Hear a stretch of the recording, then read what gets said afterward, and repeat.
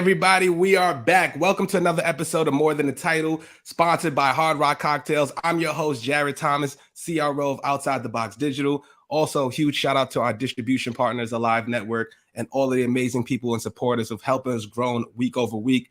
This doesn't happen without you guys. So appreciate you joining again. As always, we're going to have a real conversation, authentic, and we're going to drop some gems. Hope you guys, can level up in whatever business you're in and take something back from it. So today I've got a special guest. This is my guy right here. This is a guy that's been with me really from like the beginning of the journey. He's one of the first people I met on LinkedIn. He's been a big supporter. We've always been, keeping tabs on each other, making sure, pushing each other, motivating each other. But he's just an overall great dude. He's the CEO of Cutter Consulting Group. Is also a mindset and scalability expert focused on developing authentic persuaders. He's also the author of the book, Authentic Persuasion.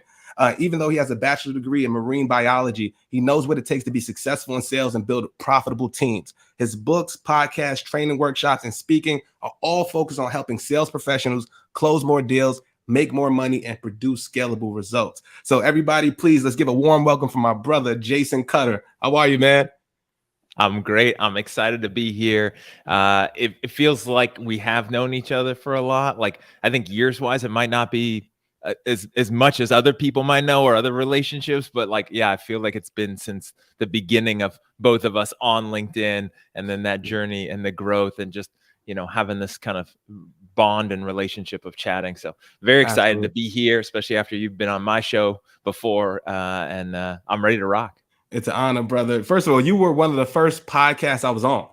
So I don't know if I ever told you that, man. I don't know if I ever told you. I think you were. I think you might have been, just trying to play it cool and be like, oh yeah, I do this all the time. Like you were awesome. Couldn't tell. First time, bro. I'm like, you want me, man? I'm like, there's just SEO sales guy, right? Like just trying to build stuff.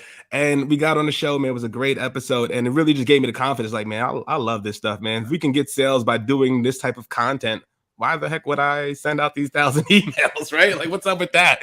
But let's start from there, bro, because I want to get to know more about you, man, because I know we've had conversations. I didn't even know you was, marine biologist, bro. Like, I didn't know that. So can you tell us about the transition from you, being in the marine field and then end up coming to sales? Like, what transpired there?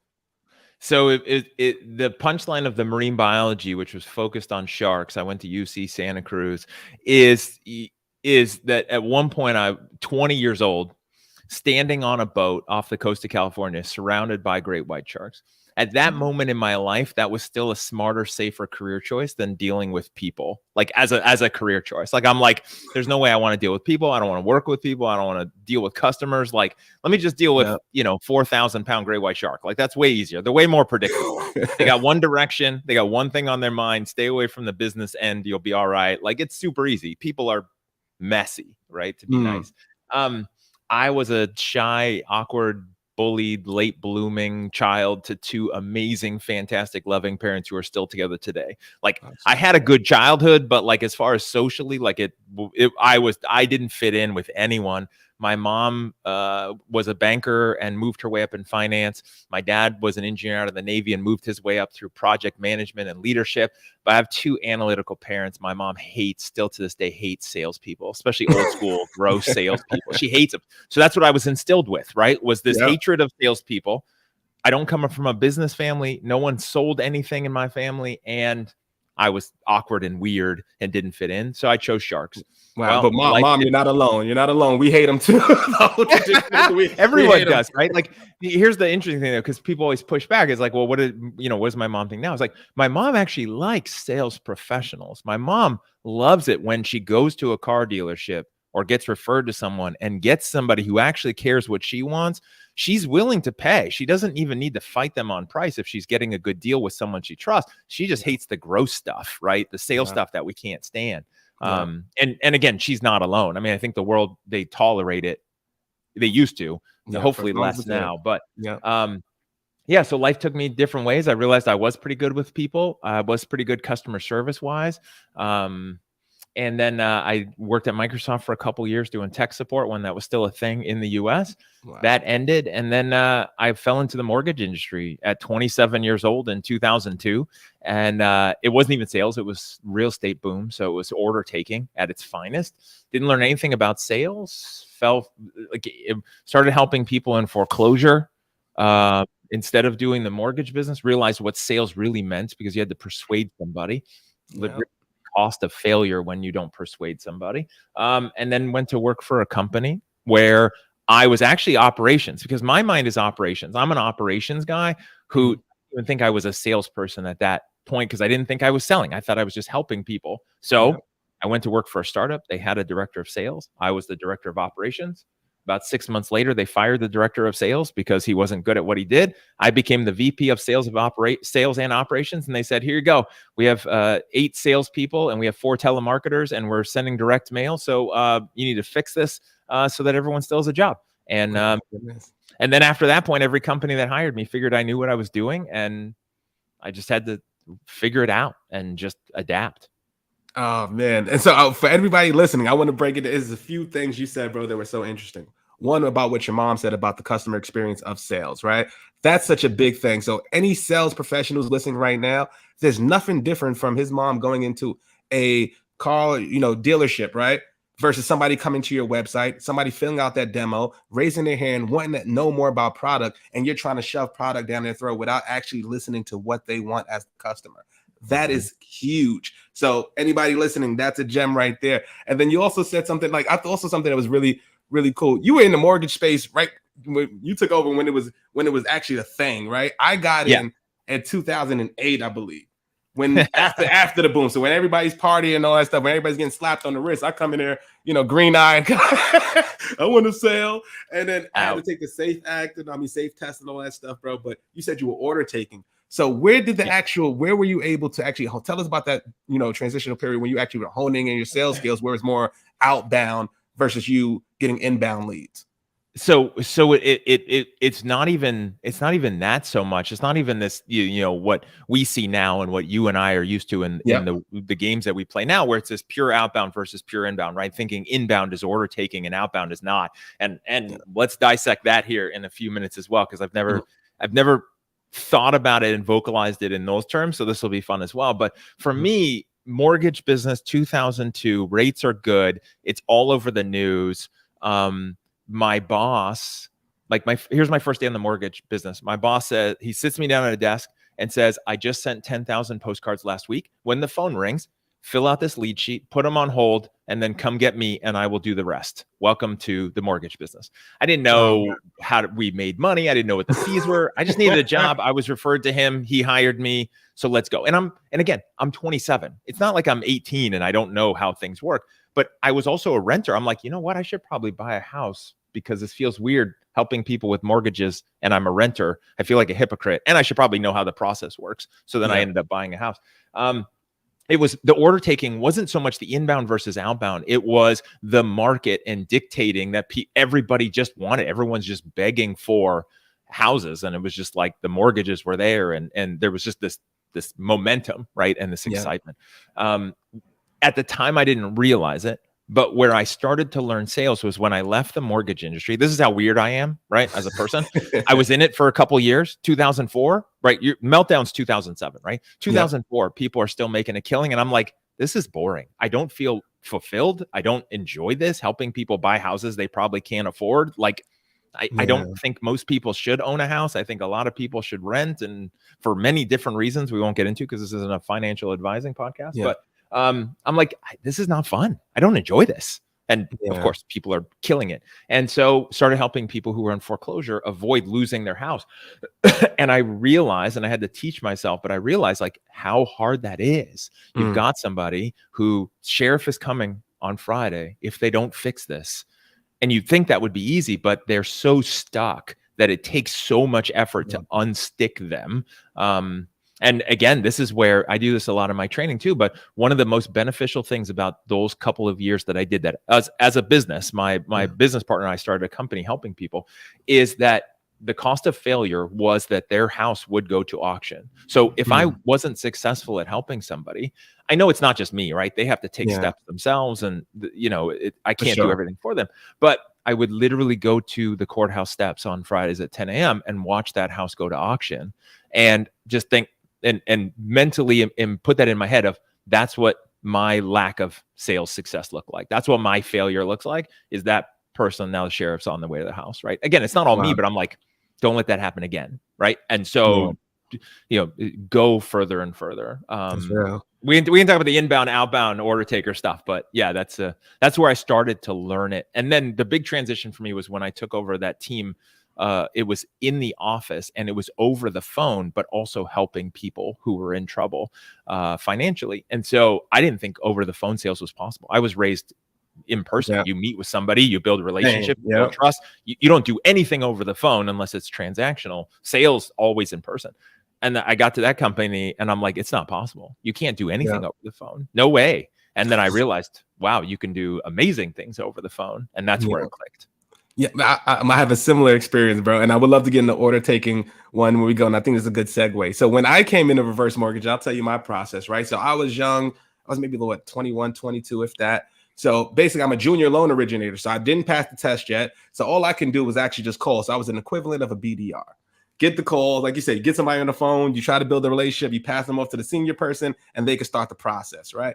But I'm calling people that are reverse mortgages. So I'm calling people that were 65 and above as a 20-year-old, trying to get them to take equity out of their houses so they can do something. So for anybody listening, a reverse mortgage is basically a mortgage where, you basically take the equity out of your house and you don't have to pay it until you decease pretty much. And your family would have the option whether to pay and continue up with the mortgage or the bank would take it back. So if you're somebody with like no family, something like that, I'm like 65 years old, my kids are not here, I don't have kids or whatever the case may be.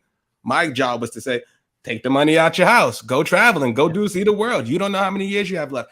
And I hated that. I hated that, man. But it was so hard to build the relationship. And that's when I really got good. I would get no all day. Like I'm calling you, days of our lives are on or something like that. You don't want to call, you don't want to hear from Jarrett. Don't know who doesn't know shit about shit. So it was just a crazy experience. And I just got used to hearing no. And then we had the leads. We had the Robert Wagner lead. So a little commercial would come up. You know what I'm saying? These set times, and we would sit there and wait for the phones. And it was just crazy, brother. So I was definitely not in the order taker position. I was in the hunt. I had to hunt, brother. So so let's talk about like the order taking versus the outbound, like how it was then versus how it is now. And what are some things that people can take away? Well, and I think some of it is now and then. I think some of it's terminology. So I think a lot of people might look at, okay, so if you're making outbound calls, you're a hunter, you're a killer, and you're obviously a salesperson and you're crushing it. Like that's where you're in that mode. And if you're taking inbound sales, not customer service, inbound sales calls, then you must be an order taker because you're sitting around just taking orders. Here's the big thing that's fascinating about me is that from the moment I started managing that first sales team, and then everything else I've done in my career, and then most of the things that I do with my clients, because it's similar kind of modes, is closers getting inbound calls. Now, in some of our worlds, and the ones that we're both part of, it's the SDR, BDR feeding the account executive, right? And so the account executive is now getting this inbound lead. I come from business to consumer, financial services, debt relief, where maybe direct mail or radio ads, TV ads, and then it's feeding that enrollment specialist, that closer directly in from something. Now, here's the fallacy is that those are just easy to close. And if you're getting those kind of leads, all you're doing is sitting back with your feet up on your desk, just shooting fish in a barrel, right? And it's not true. It's easier, but it's a different mode. And one of the big things that a lot of people don't understand, especially salespeople, is that to make that phone ring or to make that lead appear on your desk is a significant investment of money. Right? Like if you're doing direct mail, that call might be $50 to $80 just to make it ring. And you think, they got to talk to their spouse or they got to talk to their boss. I'll just, I'll move on to the next one. It's like at some point, the company's losing a lot of money on you if you're an order taker. So there's really, it's more of a mode, right? There's hunter and killer outbounder. And then there's, sales consultant on the inbounds. And I think both sides can have, order takers. There's going to be outbound or order takers, usually not in the position very long because they get crushed and they can't make anything happen. They're hoping, but you can usually see it in the results, right? You can see their closing percentage or their effectiveness percentage is basically some average number that's so low that, of course, anybody can trip over a sale every once in a while. Yeah, that's so true too, man. And I want to say shout out to Bianca. Thank you for joining, baby. Miss you, baby. But you're so true with the inbound sales. First of all, I done seen a lot of people mess up inbound sales because you're so used to it, right? You just assume 100%. that they want something that you already have this, preconceived notion that hey, they want package B, and this is what message. And you, Jordan, good timing, baby. That's why I love you. But that's how it is. And as far as outbound, right? So like you said, with the cost per acquisition for a new customer, right? And that's why I changed my entire approach with sales. So I know me and you've talked about it. So I've had good quarters, I've had bad quarters, I've had in between quarters, kind of just, all around, right? And my marketing mind thought, if I'm sending, let's say 1,000 emails per month, right? And I'm only getting 3 meetings or 4 meetings, let's say 5 on a good month. Maybe 2 of those closed. One was ready. One just took one out of pity because they liked the messaging. And the other one just you knew the brand or something like that. You know what I mean? And they really don't have a need right then. So I'm thinking that's all wasted time. Me doing that discovery with you, me talking to you, me trying to, do the research on your brand, trying to discover a problem. All those things take time. But if I could be proactive and actually just what is a common problem that people that I talk to deal with on a day-to-day basis, and how can I be the trusted voice in that regard? And then you sprinkle in some relationship stuff, you sprinkle in some life stuff, you sprinkle in journey stuff, and then it just, it compounds, and that's where you get the credibility and trust to make an ask one day. So what advice would you give to, brother, for people right now? Because every outbound person I speak to is, Jarrett, this shit is tough as hell. I can't get it. My pipeline's disintegrating. I'm scared as F. They might let me go. And I hear it across the board. Doesn't matter what industry you're in. So what advice would you give to those sellers that have been there for like 5, 10, 15 years, that have a set process, been trained in medic, all those things that we came up on, and it's just like it simply isn't working today? What's the best advice we would give? Well, the first thing I would say, and none of this is a sponsored paid product for me and what I do. So this is just what I've learned in general. But if you're selling the way you sold a year ago, 2 years ago, or older, you're toast, right? Like you're absolutely done. Because the world has changed. That's the biggest thing. This is what I'm trying to educate so many teams on that I work with, is that they just don't understand. And just so you know, it's not pandemic, it's not economy, it's not interest rates, it's not the war in Ukraine, it's not gas, it's not inflation. Like, it's none of that. Because a lot of people think, oh, well, yeah, of course things have changed, right? There's a pandemic. No, it has nothing to do with that. That might affect your contact strategy, but I'm talking about the conversations you have. Because the problem is this, right? This right here is what changed the game. And the reason why is it's not that the internet is new, right? I'm old enough to remember when there wasn't internet, and then there was like this weird dial-up thing, and then there was better internet, and so you have seen the evolution. It's more so that now everybody over the last, I'm going to say 2 to 3 years, again, not pandemic related, so please don't try to say, oh, this is just we all know now that we have the access to all the world's information at our fingertips. Which means the dynamics of a salesperson have completely changed, because it wasn't that long ago where the reason I had to interact with you, the salesperson, or I had to entertain your cold call to me and talk to you, is because you have information and you have a product that I need to know about because I don't know about it. And I have to talk to you to find out the facts and the features and the benefits and how it works, and have you Benjamin Franklin me about everything that like, you know what I mean? Like, so true, bro.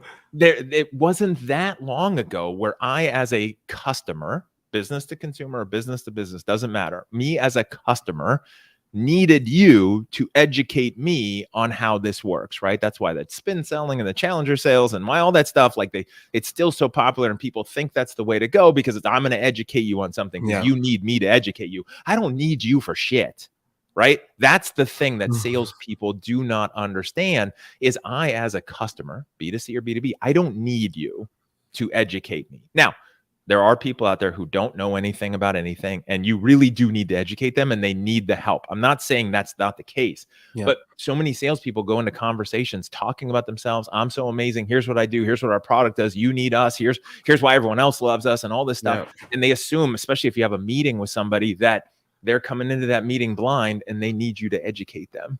Stop thinking that. Realize that if anyone's talking to you, they've researched you, they've looked you up, or as soon as they hang up from a call with you, they're going to look you up and they're going to research both you and your company and find out everything they need to know. And your role is totally different. No, that's so true, bro. First of all, that's a clip. I'm clipping that up. I'm sending that out. And then second of all, shout out to the weird dial-up things that we used to use back in the day. What the hell was that about? Remember those days? Oh, man. And I remember way back in the day when, as a kid, my parents would let me use like the internet for like 15 minutes on a Saturday morning while they were sleeping. And I could go on these like BBS boards and download a free game each weekend. And sometimes it would be great. Sometimes it would suck. And that was my whole day. So, but now we have everything, and I have a chat bot I could chat with, and it will write all kinds of stuff for me, and it could answer all my problems in my life. Like, that's so true. But most people don't correlate that with that, right? And it's so true, man, because at the end of the day, what every brand needs to do or should be thinking is, how do I simplify the process so you don't have to speak to Jarrett? You don't have to speak to Jason. A good sales process already has the questions answered or the information out there. The problem is some of the old school ones, they want to gate it. They want to collect something for it. They want to do this and go all these hoops and loops. And then your competitor is just letting them in the door and they're coming in. Unless you have a really important brand and something that literally it's worth me paying the toll of putting in my email and my phone number, knowing what's going to come my way for the next 3 months. And then when that guy gets fired, they're going to replace it with somebody else who's going to harass me for the next 3 months until they get fired. And then, like, again, I get these emails from people and these phone calls, and it's like it goes quiet and then comes back. But unless it's something really important, I know for myself, I don't want to put my information in. I don't need you. If I want to talk to you, I'll talk to you. So there's that part there, which I think is very valid. It's that experience that people have. And then it's the conversations. It's what's actually happens. There's so many people that just have this passed down mentality of what they should be doing as a salesperson, an outbounder, a cold caller, SDR, BDR, like a salesperson. They just think their job is to just be salesy and sell and telling and just all of these things. And it's just so backwards. So that's the first part that just is getting in most people's ways. So true. And I've seen that a lot across my career. Like, I've changed up and switched up. So, like, for any salesperson listening, when I switched up, like, for instance, when I went to my last job, what I would do, I was doing social media. I was an account manager, right, for a social media management company. So when I come on with my clients, I'm dealing with enterprise clients. First conversation, you know what I'm doing? I'm listening to other calls on Gong, seeing what other reps are doing, and it's features and functionality. You know what I'm coming there on first day with? I come in there with a whole social media content audit.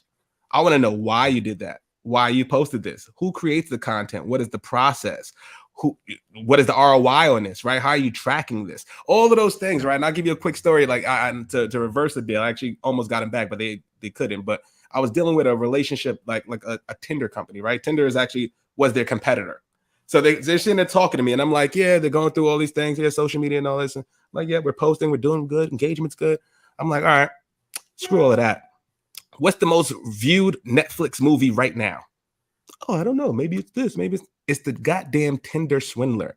And if you don't know how people are watching that movie and understanding the sentiment of those customers that no longer want to use that product, so you can bring them back and acquire them as a net new customer for your platform, then what are you doing? Light bulb went up. Bing! Oh my God.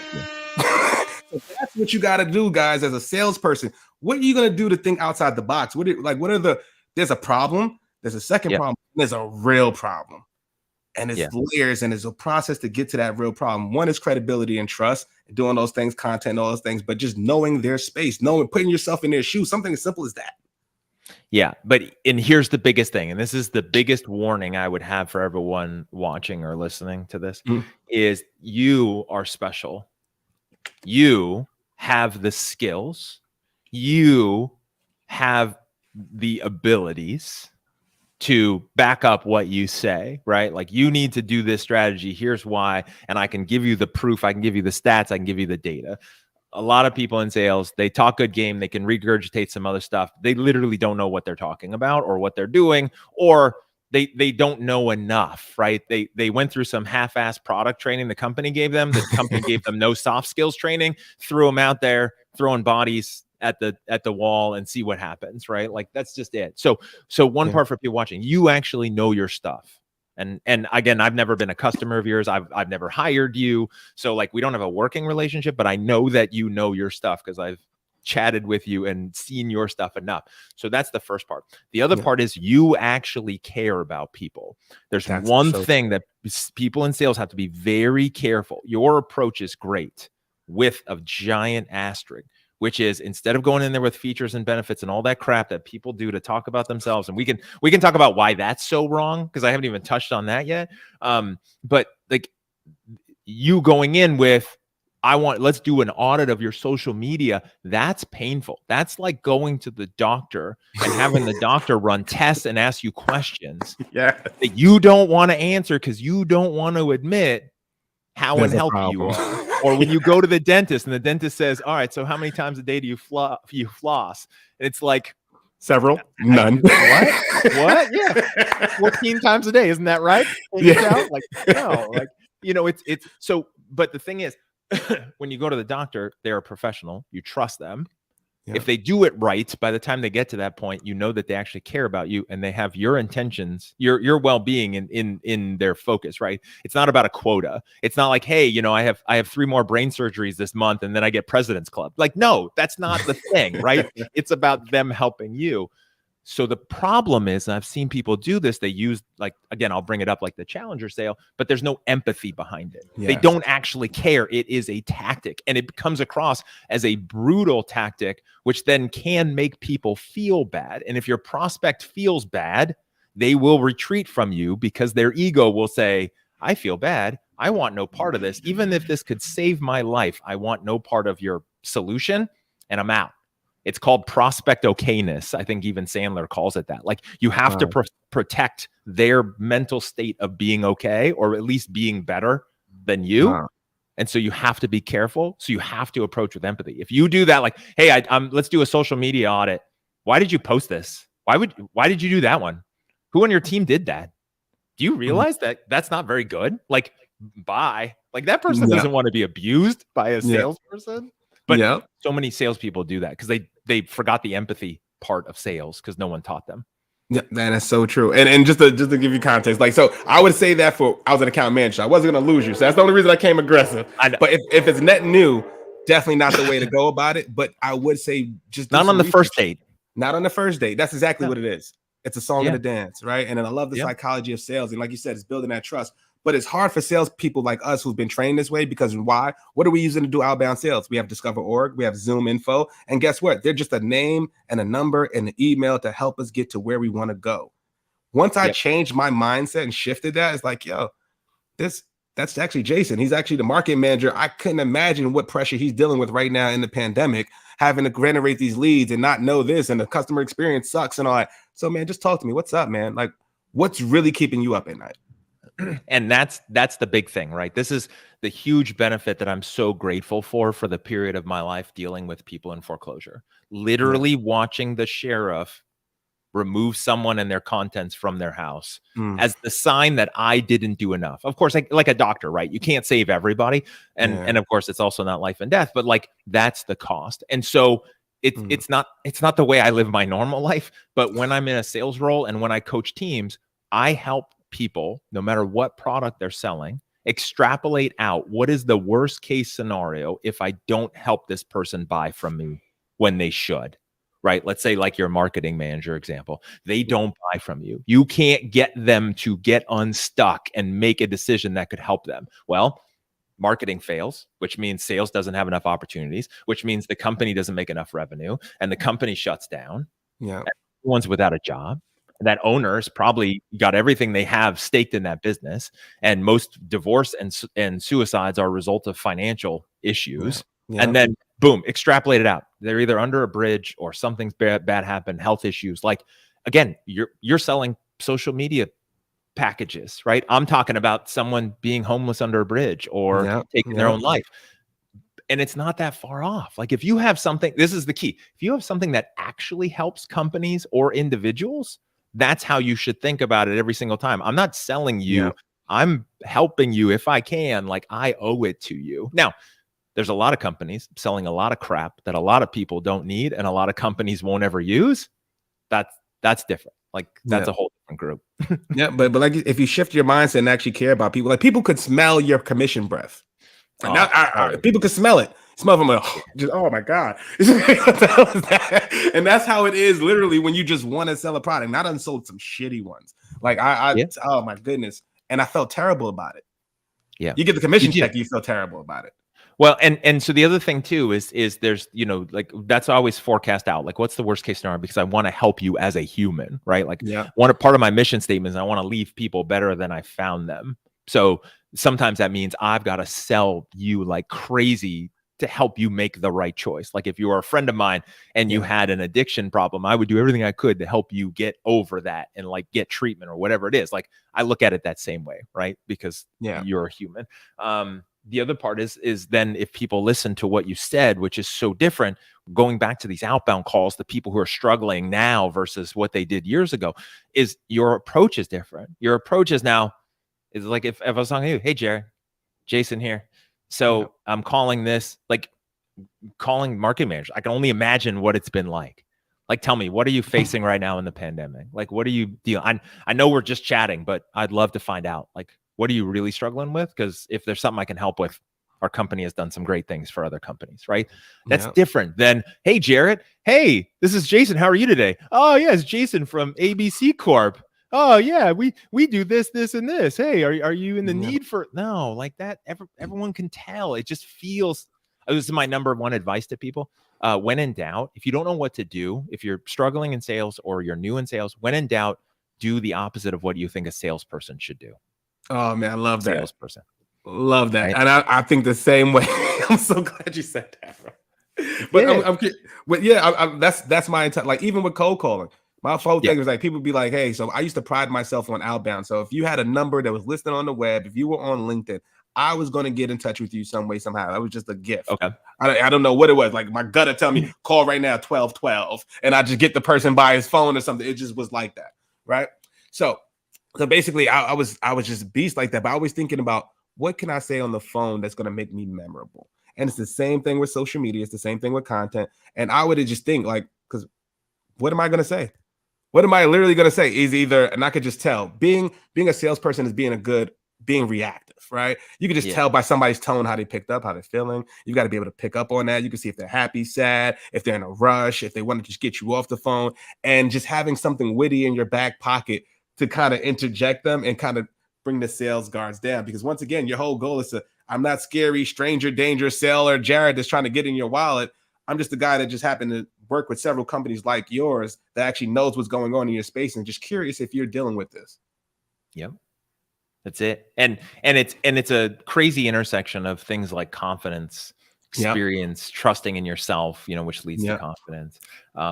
It's things like, you know, when I first started leading a sales team and then doing training for new hires, I was like, oh my gosh, this is public speaking. I'm standing in front of this room full of these semi-strangers who I just hired, and I'm training them. And then I realized, wait, management and management meetings are public speaking. I was like, sales conversations are public speaking, right? Like you have to have a plan and an outline. You also have to be able to roll with it, almost like improv. Like improv is a great way to stay. So I went to Toastmasters. I did Toastmasters for 2 years to work on all that and to give that confidence. And you know, I think that's one of the big things is having the confidence and then knowing that what you're selling is actually helping people, and then just be a human, right? That's like how would you want me to call you if I was your friend and then we were going to chat?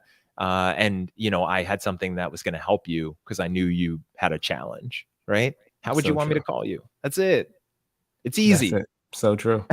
So true. And somebody said this, actually Paxton, I had him on last season. He's the chairman of the National. I asked him the same thing with relationships and sales. I asked him, how do you maintain all these relationships you have? Like you're with Harry Belafonte, the BET CEO, and they're like, how do you maintain those?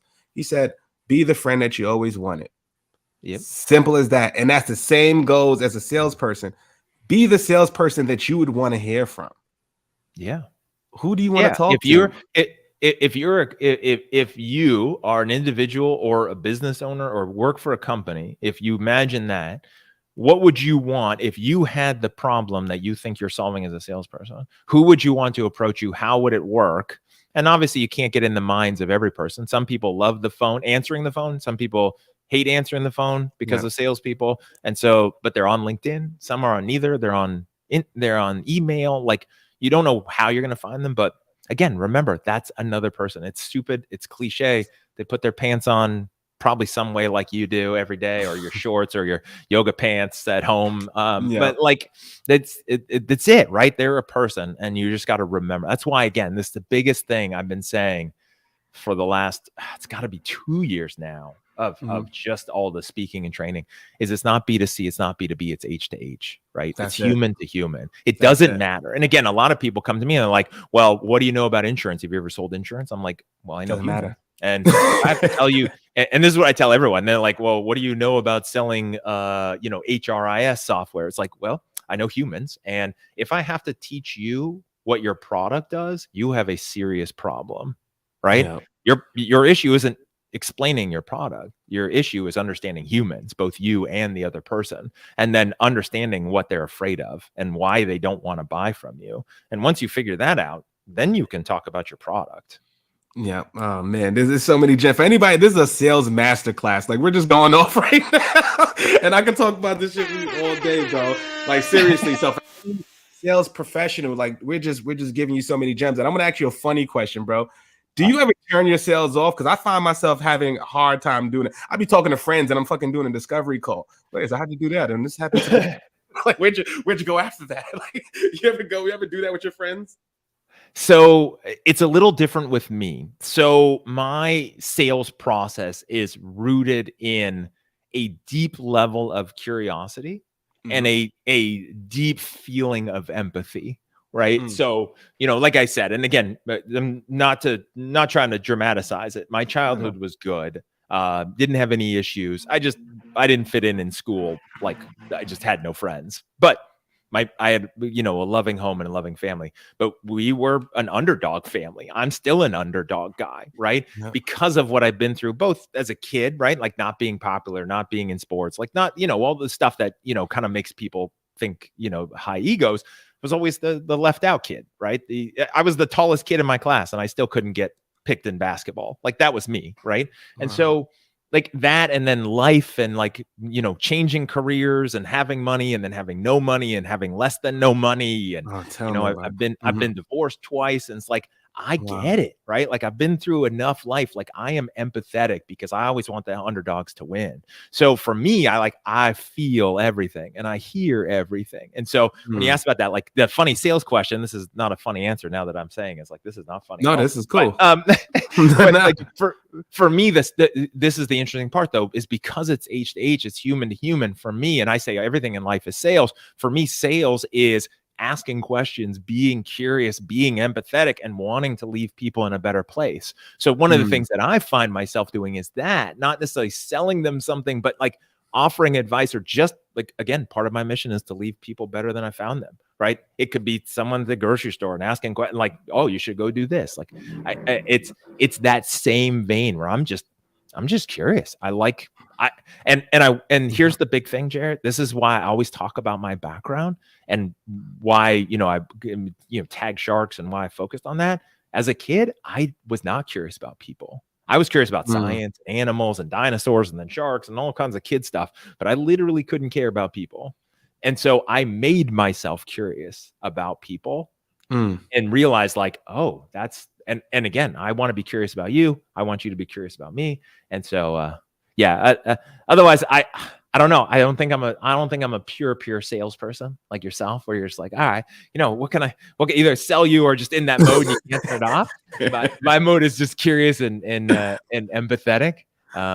I don't know. I love that, bro. But I'm gonna piggyback off that, because now I'm curious, bro. Because as somebody, you're saying you grew up like, the next answer will be funny, I promise. All right, go ahead. All good, bro. Because I'm thinking, like, if you were a loner as a kid growing up, you say you didn't have many friends, right? How did you shift your mindset, bro, to want to be curious? Because you could have easily said, F people, I just don't want to talk to you. I'm bitter. My childhood sucked. Like, you guys were mean. You were angry. Like, all those things. But if you wouldn't have told us that, I would have never guessed that.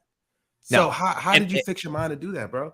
And it's interesting because in the process of writing the book, I realized, what I have did in myself, and then what I've seen with, thousands of others in running sales teams and call centers and stuff, and some of the common things and what I used to train on, and what you can really make yourself. And I firmly believe that there is no such thing as a natural born salesperson. And we can talk about that as well. But and that's why I talk about my background, because I want people to understand, like, you can make yourself into whatever you want. You gotta have some basic skills and you got to have a desire. But, I don't know when that really was, because when I was in college and I started working in a restaurant, I was bussing tables because I didn't really want to deal with hungry people. It's the last thing I want to do, but I needed a job. And then I realized I was pretty good with them. So I started as a waiter, and I was dealing with hungry people. And it's still not curious because it's not that kind of interaction. I think it was when I was in the mortgage business and asking questions. Like, my boss, he taught me nothing about sales. Like, there wasn't a sales process, but he did teach me to ask lots of questions so that you could then give a consultative answer and advice. And so from there, and then going into the pre-foreclosure stuff that I was dealing with, was all about asking questions and being curious to find ways to help. Now, luckily, I use my powers for good and not evil, or to find things that people say so you can use it to help them move themselves forward, right? Because they're like so stuck that you've got to tell me something, and then I'm going to use that as the reason why you need to get yourself unstuck. That's so real, bro. And I do agree. And I'm we're gonna talk about this. I do think there is a natural born salesperson, and I do also agree with you that you can't be taught anything. But I also think in sales is like singing. I think you can be taught to be a great seller, but I also think it's like Mariah Carey. Like, someone just built with that voice. Like, for me, my upbringing was complete opposite. That's why I was so curious. Like, bro, like, I was the star basketball player in high school. I was this and that. You know what I'm saying? I'm a popular dude and all these other things. And then right after high school, now I'm college, and now I'm working at Starbucks and Dallas BBQs. I'm smelling like ribs, and I'm selling CDs. You know what I mean? And like, that's like the most. I'm like, I just took your order. You want a half a chicken with honey glaze, and oh yeah, here's my CD. And it's like, and it's like, bro, I'm a natural born hustler. I would sell anything. Yeah. But like, I also still think, like, obviously you trained. We've got trained. We've been through process. I've been a Sandler, Medic, banned all of the bad ones. You know what I'm saying? But like, for me, I do think there is a natural born salesperson. I do think so. Yeah. So I think the thing is that if we use and we can use the analogy of music, we can use the analogy of sports. There's somebody who's born with it at a level where if they do something with it, they will be amazing. Right? So I think there's people who are born with some natural talents at the intersection of being amazing at sales if they work at it, right? So we say like a Mariah Carey, she's not amazing just because she has some talent. She's also worked her ass off for a long time before anyone knew her, right? LeBron James, we know, like, yes, he was amazing at 16, 17 years in high school, but he has some natural talents, obviously, but he also worked hard, right? Everyone knows, most people know, Kobe Bryant was in the gym before the game, in the gym, it's still in the court after the game, practicing at 4 a.m. Like, when he was, I think it was him as a rookie and somebody else, like, they were battling who could get there in the gym earliest in the morning in the preseason. Like, they hustle. People say, oh, well, if I just had those, if I was just born like Kobe Bryant, like, of course I'd be amazing. No, it takes a lot. There's a lot of lazy non-basketball players that were born with the talent. They just don't have the drive, right? And I think Gary Vee talks a lot about that. Like, the born talents you have is not enough. Like, you have to actually put in the effort. So here's why I say, and so obviously for the great people, you have to have both those natural born talents and then these other things. Now, what we see and what most people say, oh, that person's a natural born salesperson. They could sell iced Eskimos, which I think is the worst thing you could ever say, right? Like, they don't need ice, right? Like, that's like the most manipulative, like, old school sales reference you could make, right? I could sell water in the desert. Like, holy crap, an order taker could sell water in the like, I could sell sand in the desert. I just, That's a the good gross point. stuff that drives me crazy, man. But anyway, like when you see that person, we all seen that person, right? You think, oh, that person's amazing. But here's the deal. And I'll use Gary Vee as an example because a lot of people might know him and recognize him, right? He, I think, is an amazing salesperson. I think he is an amazing persuader. I think in all the stuff I've seen him ever do, he asks lots of questions, gives advice. I know he is a closer. I know he's a hustler. The thing is that he was born with some talents and some abilities in a family. And then literally he tells stories at like what, 6, 7 years old. He used to walk around the neighborhood, ripping people's flowers out, knocking on the door and selling it to them. And my point is here, right? Let's take 6-year-old Gary. And then let's like 26-year-old Gary, right? By the time you meet 26-year-old Gary, he's now been hustling and selling in one way or another for 20 years, realizing he's got that ability. If you are familiar with Malcolm Gladwell in the Outliers book that he wrote, 10,000 hours, it takes 10,000 hours to master something. That means that, 3-4 hours a day of practicing the piano, it'll take you 5 to 7 years to do that. Now you've got Gary Vee selling shit to people off and on for 20 years. By the time you meet him at 26, he seems like a natural born salesperson. No, he's been working on that for 20 years. Now he's 46-year-old Gary. He's been doing it for 40 years. He's not a natural. He had some natural things that really helped. And he just ran with it, right? Like if anybody at 5 or 6 years old realizes, hey, I'm kind of good at this. Tiger Woods at 3-year-old was swinging a golf club. Hey, I think let me see what this happens if I do this 3-4 hours a day. Then you make yourself amazing. So that's why I think there's no such thing as a natural born salesperson. Yes, that's things like extroversion helps, high level of confidence, growing up with that, but you learn that with your 10,000 hours. Being charismatic, being empathetic, some of those things. But what I'll also say, Jarrett, because I know you want to jump in, I can tell. No, this is a good one. I'm just listening as you're saying this. It's so cool, bro. The fascinating thing is what I would say, kind of going back to what we talked about a little bit ago, is that what we all might look at and agree, especially from the sales world, and say that person is a natural salesperson. They could sell anything to anybody. If they're still in that mode, they're the problem with sales. They are what people do not like interacting with, which is that person who's the extrovert, who charismatic storyteller, just pushing people and assuming they can sell anybody anything. I would argue that that's actually not who people want to buy from. They want to buy from someone they can trust, not just the flashy salesperson. So true, man. So true, man. That's a hell of a gem too, bro. So you definitely persuaded me. I agree with everything you said, bro. I'm not even gonna try to challenge that at all, bro. So I'm curious because I would love to get some advice. I know I didn't even realize we're like at 50 minutes, bro. Because I'm having an ill time. But so me and you are sellers. We're traditional sellers. We're your sellers, right? But you and I are working on personal branding, right? So I'm curious to you, like, when did that personal branding journey start, and how has it impacted your career? Because constantly to this day, I'm always getting, Jarrett, what is the point of all that? Jarrett, why are you on LinkedIn? Jarrett, what is it? How is it impacting your business? So I'm curious what your journey was like, brother, and what made you put yourself out there in order to drive more sales. So I think I'm going to not answer the question yet because I want to tee it up with something, which is what we talked about earlier. And it goes back to the question you asked early on, which is that person who's been selling for X years, 5 years, 10 years, 15 years, it's hard now. They're saying it's hard. Their pipeline's drying up, all that stuff. I answered part of that question with saying, like, this is the problem if you're selling the same way, because somebody is going to research you. They're going to research your company. They're going to research anything, especially before they sit down for a demo, right? If you're cold calling, you have a chance they might not know who you are, but they could look you up while they're listening to your terrible cold call as well, and then see if they want to talk with you. Like, that's the world we live in. And so I think it's really important for anybody in a forward-facing, customer-facing role, sales, this could apply to customer service, retention, anything. Realize that people are going to look you up. So what's on the internet will help that person make the decision of, should I talk to that person? Are they a professional? Do I trust them enough to talk to them to find out if I trust them enough for them to help me? Or is this person just terrible? Or are they a nobody? Right. And there was a time where you didn't have to have any social media presence. It doesn't matter because I call you, you can't research me. You don't know who I am. I can make up whatever name I want. It doesn't matter.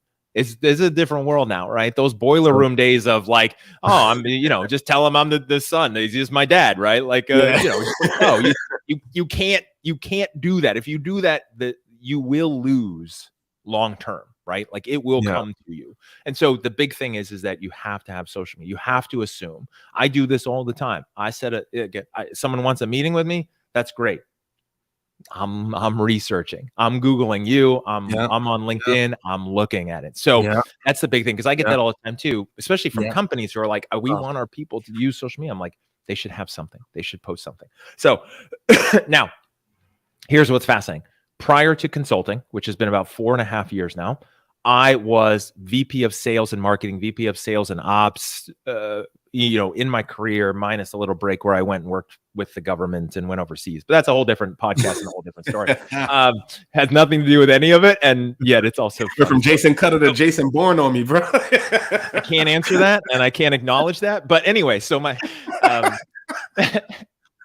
the thing is that I got on LinkedIn early, right? And this does answer your question, I promise. So I got on LinkedIn early. I remember being in the mid 2000s and I was on LinkedIn. I remember getting my first 100 contacts. It was mostly friends and family because there was no contact there. I was like, this is amazing. Like I'm a god. I have like 100 contacts.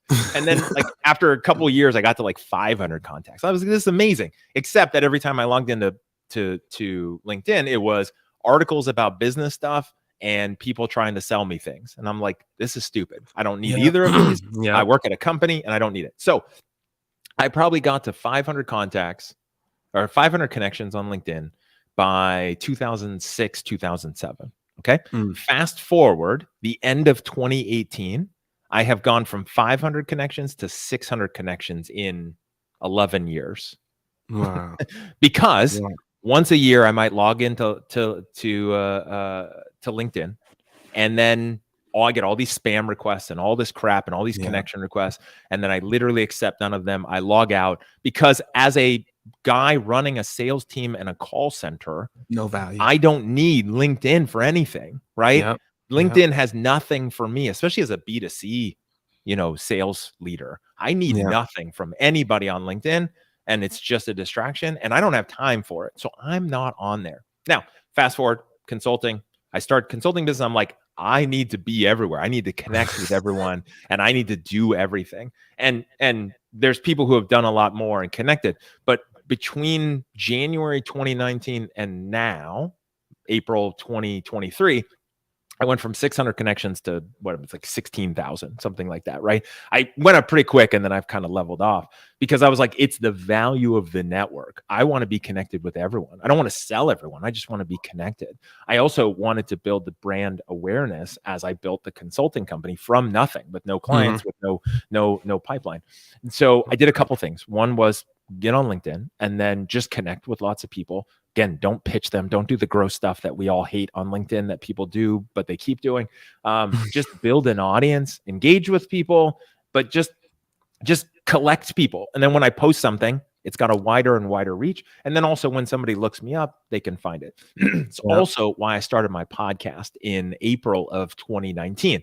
Again, new consulting company, no clients, no revenue. I'm like, you know what? I'm writing a book. Let me start a podcast. And I'm going to do, because I'm crazy, I'm going to do a 5-day-a-week podcast. And let's do it for 20 weeks just to see if I like it. Tim Ferriss says, if you're going to start a podcast, commit to 7 episodes, 1 a week or 1 a month, and see if you like it and don't give up, because everyone gives up. And I'm like, that sounds good, Tim. You know what I'm going to do is 5 days a week for 20 weeks. I'm going to do 100 episodes and then I'll see if I like it, because I'm a little crazy that way. Wow. And so I did it. Is solo episodes, sub 15 minutes.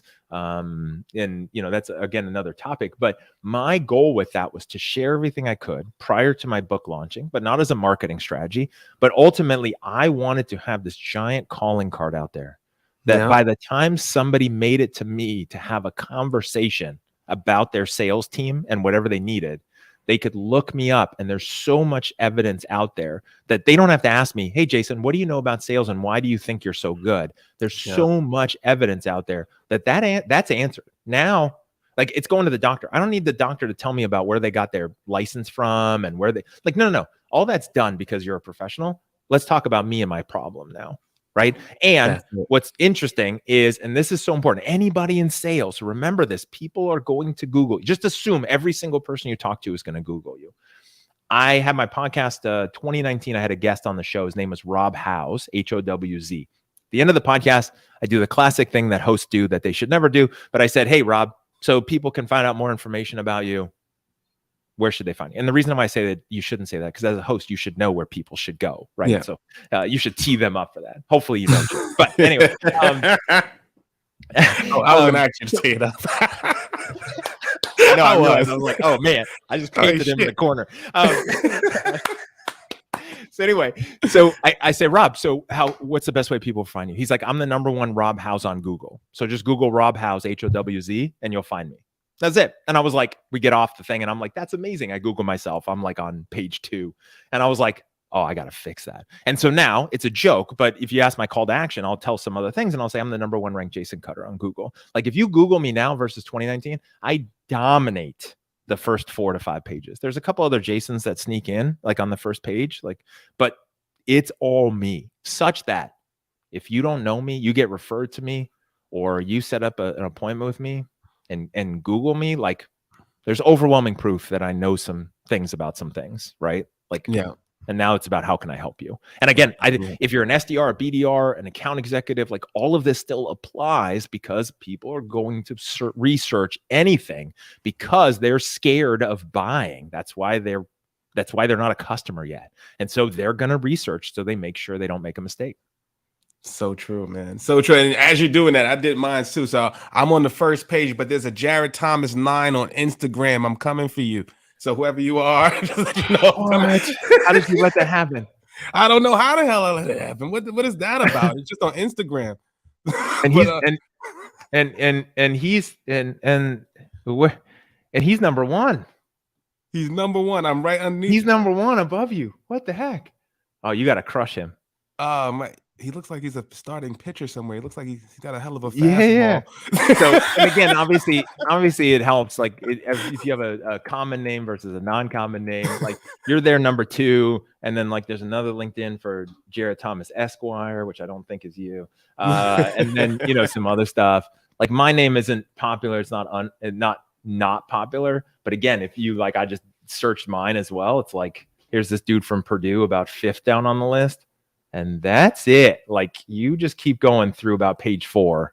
And again, it's this wasn't my purpose. My purpose wasn't flood to this. This isn't a reputation management play like companies will make. This is I just want to put a ton of content out there and I want to make it clear that for the right people, I know what I'm doing. That's it, brother. That's it. So I'm not even going to lay up. So if you guys want to find Jason Cutter, clearly you can Google him. You can go on LinkedIn. You can go to the website. You can go to Cutter Consulting Group. You can just Google it.